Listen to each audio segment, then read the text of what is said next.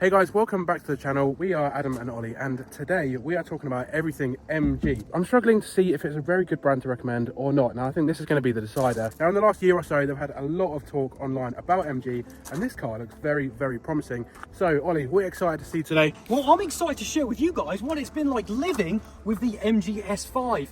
I've been living with this car for some time now. I want to tell you what I love about the car, what I don't like about the car. I want to give you an honest UK road test. On top of that, what is the best trim level you can get with this car, in my honest opinion. And there are some really cool tips and tricks I want to share with you that no one else ever shares. I'll let you into the little secrets on today's episode. If that sounds good, keep watching.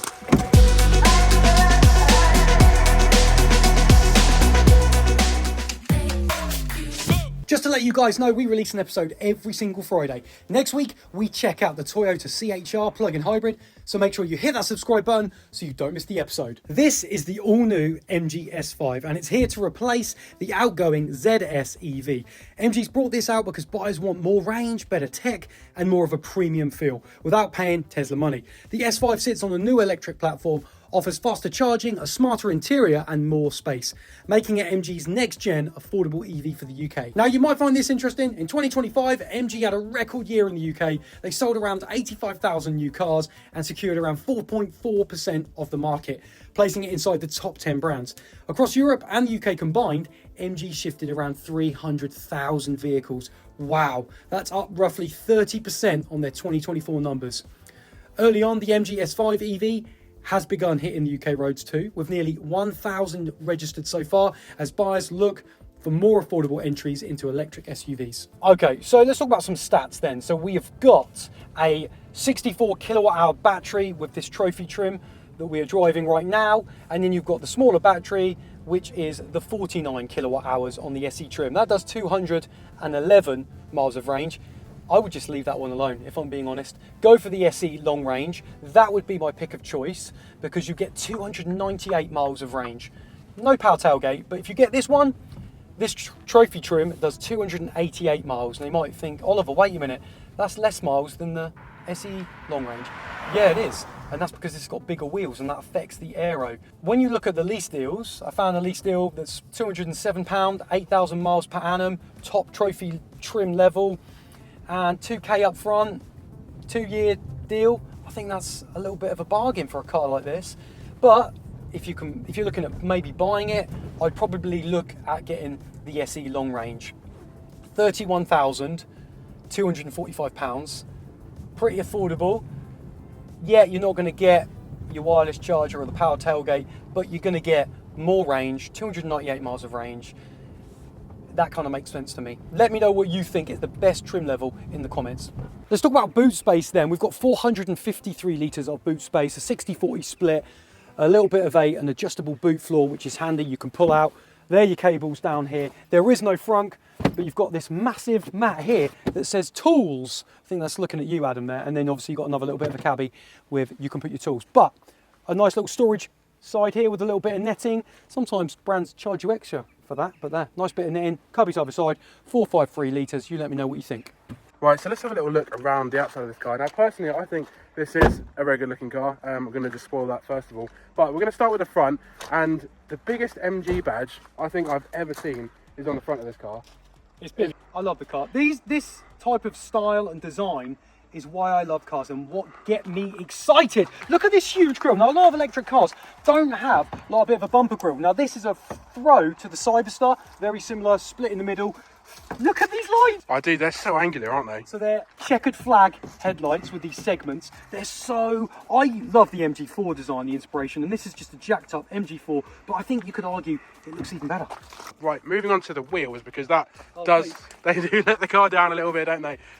Can you agree? Yeah, I mean, coming from the front, it's just beautiful, sculpted and angular and curvy in the right way. The design's really good at the front, and then wheels, I mean, they're 18 inches, right, because it's the trophy trim. And the other trims, the SE and the long range SE, get 17 inches. But the actual design, me and Adam were talking off camera, and they're just kind of, you know, when someone shows you something and you don't have an opinion, you just sort of like go, yeah. They're okay. They're okay. They're wheels. They are wheels. But this is quite nice. The little bit of black on the side just makes the car look a little bit slimmer. Right, coming around the side of the car then. Now, you don't like this, do you? The chrome. Mate, you're having a laugh, and why have we got chrome on the top trim level trophy? How many other Chinese brands they've given us now with a chrome delete? That is really upsetting. Coming from the front, you know what? This car starts off really good from the front and it gets more disappointing as you come down the side. It's really upsetting. I'll tell you what though, I do love this belt line and the sculpting lines around here and the angles, but that's disgusting. Get rid of that. Get rid of that. I mean, coming around the back, I said it looked a bit like a T-Cross VW. Yeah, VW T-Cross. And it's just got that sort of the similar light bar at the back. And I think it looks quite good, personally. You don't, what's your opinion? No. You don't like it? This is one of the cars that shouldn't have a light bar. Really? There's light bars out there. This also doesn't have, you know, like this is when you start looking at the price. When you turn this on and off, it doesn't have a light bar signature like we had a lovely one on the Emoda 9 or on the Cupra. I think you've been spoiled. Anyway, no, it's price point. I don't think this needs a light bar. Every car is going to have a light bar on the roads recently. I reckon to make this a little bit more distinctive, should have done some really gorgeous lights, like the front lights here. These don't marry up with the same design. Should have a nice little, or gone with like a little nice earbud, a bit like the BYD style light bar. I mean, I'm going to disagree with you personally. I think the back of this car looks pretty good. It's not really, I wouldn't say it's the best looking one in the world, but I don't think it's by far the worst. I think the light bar makes it look quite modern, looks quite sleek, and I feel like if you're going to be comparing it to some of the German brands, like VW, then that's good. Get rid of that. Get rid of that silly little green EV badge. You don't need it. That extra bit of colour makes the car too busy. Launch time, 0 to 62, 6.3 seconds. Good traction, no slippage. And there we go, that's 60. That's not too bad. It might feel a bit slower. I was expecting like a little bit more there. It's in sport mode. What is it like driving on the B roads? Let's see how it handles. And straight away, rear wheel drive dynamics are just so good. If you're someone that loves a spirited drive, that wants to have a little bit of a blowout, then this is definitely the type of SUV for you, because it's not front wheel drive. When you go around a corner with a front wheel drive car, it's a lot of stress. It's trying to get the traction down, it's trying to turn.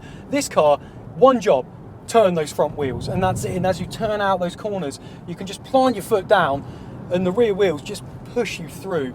And it's just a much better feeling. And because it's a little bit stiffer on the suspension side, it just stays really lovely and planted as I'm coming around through this mid-left bend there. And that feels great. It just, again, settles itself down. I can put my foot on the accelerator. I think it's got more than enough for what you're going to need performance-wise. 6.3 seconds on 62 is quick. And it just glides through these roads. I mean, this is a nice smooth road anyway, but we're coming up to a bit of a tighter bend. So I'm going to speed up to it, put my foot onto the brakes, and the brakes are pretty good. And here we go, we throw it in. Little bit of body lean when you get those tighter corners, those tighter bends. Other than that, you do not recognize it. It just stays nice and planted, nice and balanced. It's just got great poise, just really good control, and just so much more fun than some of the other cars that me and Adam have been reviewing recently that have been front wheel drive and electric. I just think if you care about the playfulness, then this type of car is fantastic. If you don't care about that and you just want comfortable A to B, then sure, go for a front wheel drive electric vehicle. But this does something to me. I like this. There's a lot to like about this MGS5. Okay, let's talk about some negatives then. There's a little weird noise Adam doesn't like when he does the power tailgate with the beep beep. He said that was quite annoying. For me, the tech isn't quite there yet, lets it down. It's a little bit small with the data.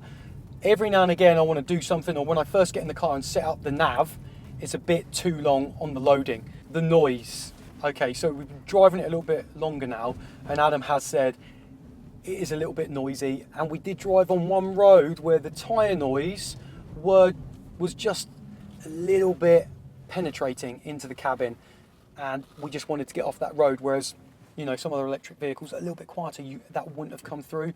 Again, it's really hard to say too many negatives, because if I'm being honest, for this price point, you're getting so much car, and it's got a ton of features like one pedal mode, and you know, the cameras are great. So there is a lot to like, you know, but there's only a few little things that we picked up that are negative.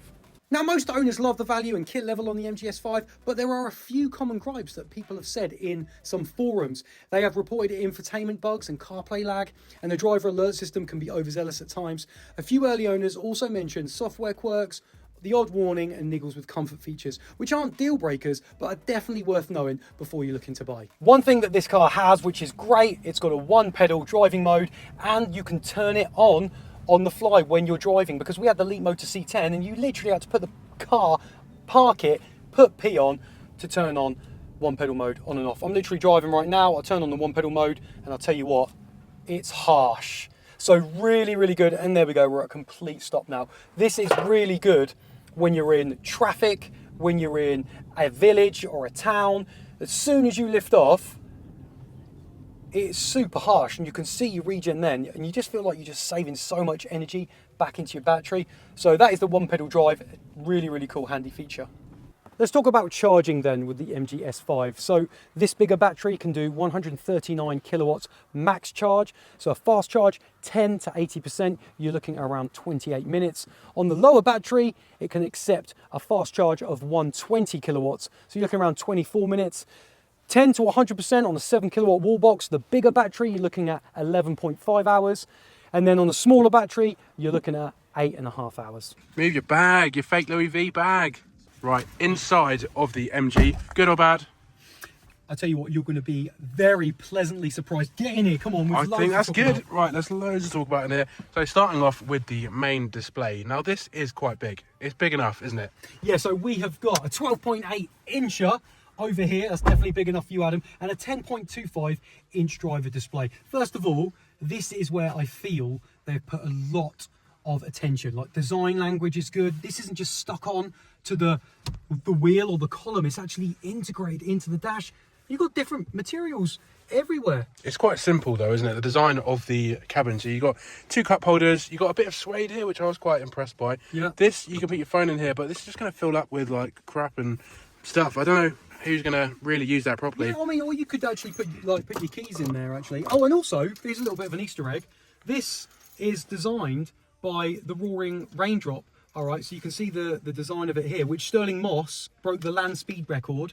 I think they also called it the EX181, and he broke it back in the 50s. And it's cool that MG are bringing that into the... In an MG? He broke the record in an MG? Yeah, in the Roaring Raindrop, obviously back when it was like British. So I like that now the Chinese own it, they're bringing in like the British heritage, you know, in Sterling. Anyway, I just wanted to show you that and have a little key. I think that's cool. Easter egg. Good to know, definitely. But you've got manual vents here, so you can control where your wind blows.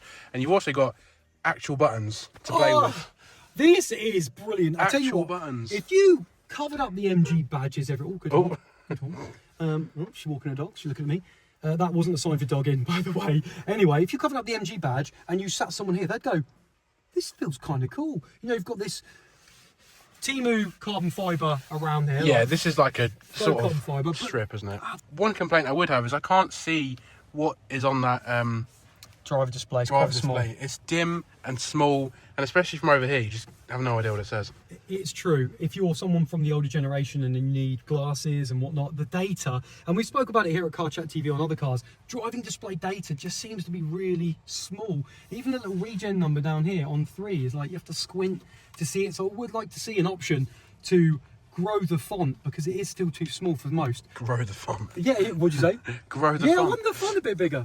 Okay, so this screen is pretty good. It's wait, before we forget. Go on. So you've got V2L capabilities, which That's is good. Really good, because some people save it for certain trims, but you've got that. And this, I would say, this is the only part for me where it lacks a bit. Again, with the price point. So this one's the trophy trim, which is 33,745. If you went for the SE long range, then that's basically 31,245. Now, this is where, for me, the tech, because the tech's probably one of the most important things for me.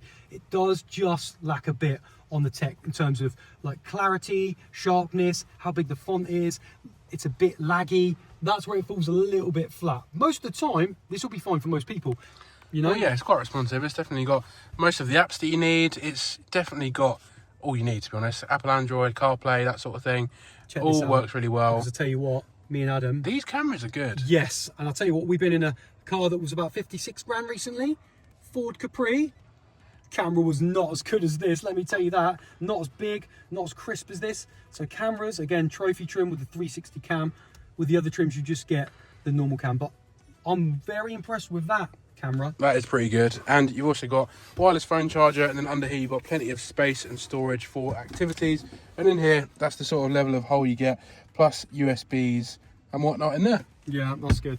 I'll tell you one thing, if you just span over to the 12.8 inch screen, there are some really cool things. So if you just swipe down from the top, you've got some things there. So you've got a power tailgate. You don't get that with the SE and the SE long range, only in this trophy trim. You can power off the car, because basically when you get in and out, there's no on and off button. So like we've seen in other cars like the Xpeng, the Tesla, they're starting now to be really good. You just walk up, get in the car, put your foot on the brake, and the car starts up. When you leave, you can lock it. I really do like that, and it keeps it really minimalistic as well, with no on and off button. Brand new cars now are still coming out with on and off. Again, it's a little bit down to what do you prefer. I'd love to know what you think actually. What do you prefer, Adam? An on and off button, or just to get in and it starts Just up? get in and go, to be honest. You'll have to let me know in the comments what you like. I like the seats. For me personally, this is where I see the price point. When I'm up top here, looking here, brilliant soft touch materials, seats, top trim, bit of Northern got fabric. The faux leather bits, don't get me wrong, are good, and the bolsters are bigger than most other cars, which are good. But and a bit of this bit is here where it's like perforated, but it is a bit annoying. You've got the cloth bit. It is the top trim level. There's no sunroof either. No sunroof, but you do have heated seats and heated steering wheel. That is true, and you don't get that on the lower trims. Again, I don't think when you start looking at costs for other electric vehicles, I think you do get a lot. And I gotta be honest, the fact that they've bothered to put some little like faux suede here, soft touch materials, there's a lot of effort gone into the cabin. It does feel like a bit of a treat. Now headroom, headroom is pretty good. Right, headroom is great. Again, I've got to tick the box on where they've done well. Some Chinese manufacturers you get in, there's not much play with the seats. On the trophy trim, I've got electric seats, and I always love to see the lowest point. So this is the lowest point. I don't have electric seats on my side. No, you don't have electric seats. Now, this for me is too low, which is good because I like to go to the lowest just to see if I can get low, and then I just come up a bit. So I've got a ton of headroom. Same with the steering wheel. You know, there's tons of play there. Really good at ergonomics. Same with the steering wheel, to be fair. Like in the MG4 we had, I fell in love with the wheel. Good buttons, solid toggles that actually work and quite satisfying to click up and down. I think this is the benchmark now for any manufacturer. Get rid of all that haptic feedback crap. Just have these buttons are perfect. And then if you want to fancy up the buttons, you can. Hey guys, quick pause on the video to let you know we've got some exclusive discount affiliate links for you to check out. We've got Tesla, we've got VCheck, and we've got Octopus. So make sure you check them out in the links down below. We've also got some cool merch. We've designed some nice t-shirts and hoodies for you to check out. There's some interesting ones there. And finally, we've got a Patreon. So if you want your name featured at the end of our videos, please make sure you join us on Patreon. Enjoy. Okay, I've got Adam in the back of me. It's very important to hear what comfort levels are like when you are a rear passenger. Adam, speak. Okay, so let me tell you what it's like in the back, so what you can expect. Now let's start with my headroom. I've got plenty of headroom, so you've got quite a bit of space. To be fair, if you're tall, you're not going to have an issue at all. Now knee room, I've actually got loads of knee room. The chair is set to like how I was sitting in it earlier, so that's absolutely normal. I've got tons of knee room, there's no complaints there at all. You've also got a bit of storage for some bits there. You've only got one singular USB-C in the middle there, so you're gonna have to fight over that one. But a flat floor, which is good to see, so you've got plenty of leg room. You can put your feet right under the seat in front of you, so you've got very good. Now, visibility wise, I can see very well through the front cabin and out the windows really clearly, so there's no complaints there either. You've also got two cup holders here. Now, what I would say is the back does feel a lot more premium than it is, because I feel like I've been in a lot of cars that are way more expensive, and you know, this is sort of very comparable with those cars. Now, the seats are nice and squishy, but they are slightly upright, but still very comfortable. Not complaining too much there. Just to add to the suspension, what it's like in the back, I would say it's actually a little bit firm. When Ollie goes down some of the bigger potholes, you can definitely feel it quite jolty in the back. So yeah, after a while, if you were in some pretty bad roads, it would get fairly uncomfortable. Okay, some of you might be asking, what's it like in terms of noise, Oliver? Well, again, we're looking at this price point, aren't we, of £31,000. The windows are not double acoustic layered, so you are going to have a little bit more noise coming into the cabin than other SUVs out there that have done a little bit more soundproofing material. However, it is still pretty quiet, to be fair. You start hearing a little bit more noise on the motorway doing 70 mile an hour, and you hear it on a bit of a windy day coming through there. But overall, I don't think it's make or break. I don't think it's going to be a decisive factor of you going, oh, I'm not getting the car now, it's not quiet enough. Because it is quiet enough. Most of the time, driving it has been pretty chilled, pretty relaxed. And so I would say it is still quiet enough, but you do notice, obviously because of the windows and other areas, that it isn't the quietest EV out there. Let's talk competition. So we've got the MGS5, £28,745. The Jeep Avenger Electric, £30,000. That's got 248 miles. Or what about the Kia EV3, £33,000. 266 miles of range. The Smart #1, we haven't tried this yet, £29,960, 193 miles, ooh, a bit low. Skoda Elrock, £31,710, 233 miles with that one. Or the Renault Scenic, £35,495, 381 miles with that. Let me know what you would pick. Okay, one thing we have to talk, the elephant in the room, the MG reliability. Now, obviously MG comes with their warranty, and I've been in and out of a lot of MG forums, and it's interesting to hear what people are saying about their local dealership. And if anyone has an MG, let me know in the comments what your experience has been like. But a lot of the MG faults I've heard and seen have been software faults, which are relatively a quick fix when you take it to your dealership. Another thing on the warranty, make sure you go on the MG website and click on the warranty, because some of the parts aren't the 7 years that cover on the wear and tear. Each part is listed, and some are 24 months, some are even less than that. So it's really important to sort of have a little look yourself and see what's covered and what's not covered. And to be fair, they're all up front and open about it, and you can look through. But that's really important, because I've seen on forums someone else mention the warranty and certain parts that obviously weren't covered. But let me know what your experience is. People are very quick to say, MG, oh yeah, they come last in all the polls they do in surveys of reliability, and they have done. Are they getting better? That's what we need to find out. Let me know what you think in the comments. Okay, let's talk about real life range then with this MGS5. So I'm in the trophy trim. MG say 288 miles of range. I've got 4.3 miles per kilowatt hour here on what we're averaging on today's filming day.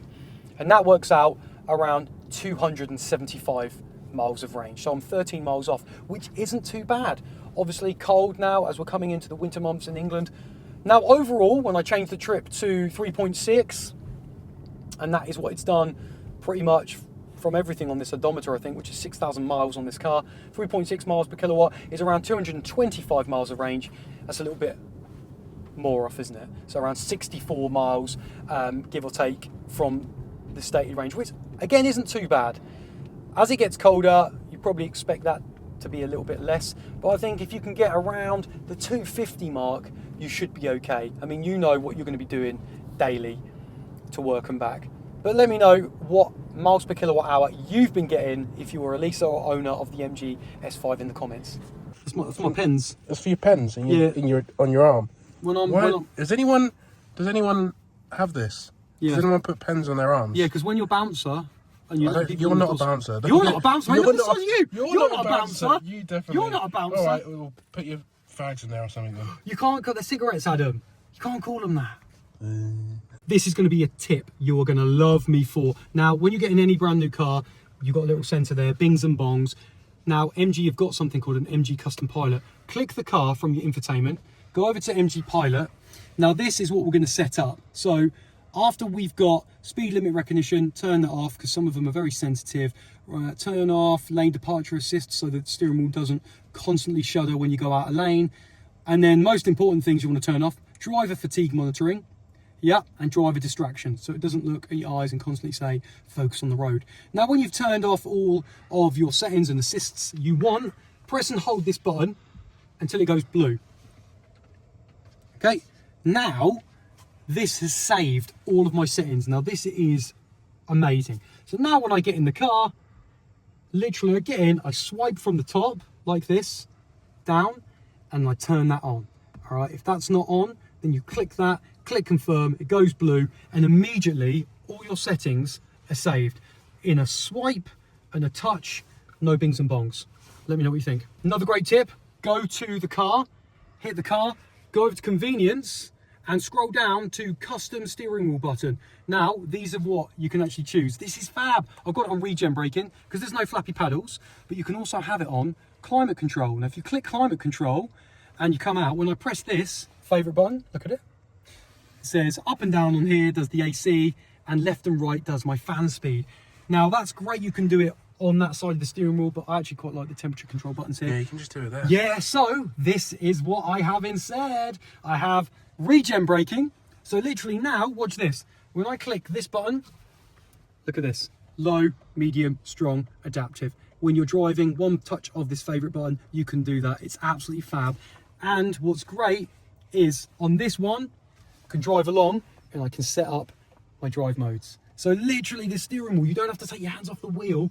That's how you set up your favorite buttons. You can see all the different things you can set up and you never have to take your hands off the wheel. Not bad. Look, she loves it.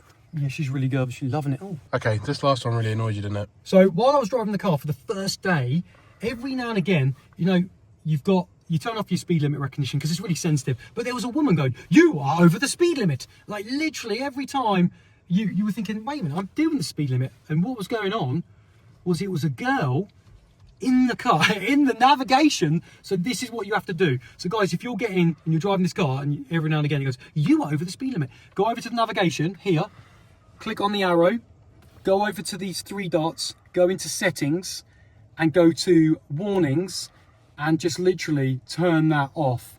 If that's on, you are going to get an AI woman just constantly telling you what you're doing wrong. And for ages I was thinking, well, wait a minute, I've got all the driving assists off. Why have I got this woman talking to me? Because it's in the navigation, which is really weird, and I've never come across that before. So hopefully that tip helps someone. Let's talk about the regen then, because a lot of cars have flappy paddles now. Doesn't matter in the MGS5 because I've got a button we set up on our favourites. When I put that, I can go low, medium, strong, and adaptive. And if I really, really want it harsh, I'll go one pedal driving. But I don't recommend doing that on, you know, A roads, motorways. I would leave it on, you know what, you could leave it on adaptive or strong. I find they are the best settings. For example, I'm in strong now, going along quite freely, I'm lifting off, and you can see it's not too harsh with that regen. So I would just leave it on strong, set your favourite button up there, so you can just literally flick through those regen modes. Now on the right of my favourite button, I've got the drive modes. Now this is really cool. I've got normal, sport, comfort, snow and custom. Now when you go into custom, you can see here you've got other settings. This is how you can change the weight of the wheel from gentle, normal and sport. And I have to say, with this rear wheel drive setup, you do get a little bit more better engagement with the handling on this car. It's still, you know, it's not immensely like feedbacky, but you have a little better sense of where the wheels are actually pointing, and it's good artificial weighting. And if you want it a little bit stiffer, then you put it into sport, and there you go, stiffens up very nicely, I think. I'll tell you what, when you do put it into sport though, so this one has got 228 brake horsepower on the motor on the rear wheel drive axle there, 6.3, 0 to 62 seconds. And what I've noticed is when you do need to get away a little bit quicker, you put it in sport and away we go. And this is fantastic. When you put it in sport, the car transforms. It's really good. Obviously you've got to watch your range a little bit, but it's so much more responsive, because what you'll find is when you're in normal mode, comfort mode, the accelerator is so progressive. Sometimes you've got to stamp on it to get moving out of a junction, especially if you've got a heavy regen on. So if you are coming out of a junction and you need to get out, jam it into sport, and you can do that with your favorite button and then watch the car fly. The adaptive cruise control works really well. You operate it on the left side of the steering wheel, just press the little steering wheel button, click that on, so there you go, you know, and then click in the toggle, and then that will set, and I'm off now, and I can click up and down to change my speed, and left and right to do my distance from the car in front. And what's really good is you can see on the radar, the digital visual display of all the cars around you, the people, shows up when you're close to the lines. It is quite small, to be honest, and there's no way so far that I've noticed that you can customize where you have your miles per hour, where you have your digital radar display, because I think even on the MG4 it was a little bit bigger, if I'm not mistaken. So yeah, I mean, that's a little bit annoying, you can't customize that, but adaptive cruise control, tick. Let's talk about the suspension then, because I know it does get slated for being pretty firm. I'm going to be honest with you, over the week that I've been driving this car every single day, I have found it absolutely fine. Every now and again, if you hit the odd, really deep pothole, like I'm hitting there, those ones weren't too bad. Most of the time, gentle thuds. Like, it doesn't penetrate the cabin that much. But most of the time, it's settled, it's controlled, great on motorways, great on A roads. You're gonna notice a little bit more of sharper feelings coming into the cabin, and maybe it fidget about when you're on those back roads, those B roads that are pitted and scarred. But here we go, look, here's a bit of a pothole there, absolutely fine. So what I would say is, if you are really interested in the car and you're being a bit put off by maybe from what other people are saying, the ride's a bit firm, definitely just go and test drive one, because I've actually found it absolutely fine. And some of the other B roads I've taken it on, it's just handled it well. And because it's a little bit slightly on the firmer side, it just settles itself down. When you hit a bit of a lump, when you hit a bit of a divot, it's there and then it's gone. Okay, so that has been our verdict, our review of this MGS5. Now, we both really like the car. The design of it is very good, it's very cheap. What more could you ask for, really, from an electric SUV? Ollie, what do you think? You having one? I think they're great if you grab one on the lease deal. We spoke about those lease deals on the top trim level, a couple of £100 a month, and you are laughing. For me, the driving dynamics just wins out with this car. Let me know what you think about the MGS5 in the comments down below. As always, throw us a like if you like the episode. Get sub to Car Chat TV, and we will see you on the next one. Boom. Right. If you've made it this far, thank you ever so much for watching. I've just popped up 2 more videos on your screen that you also may like. If you do watch one, let me know what you think.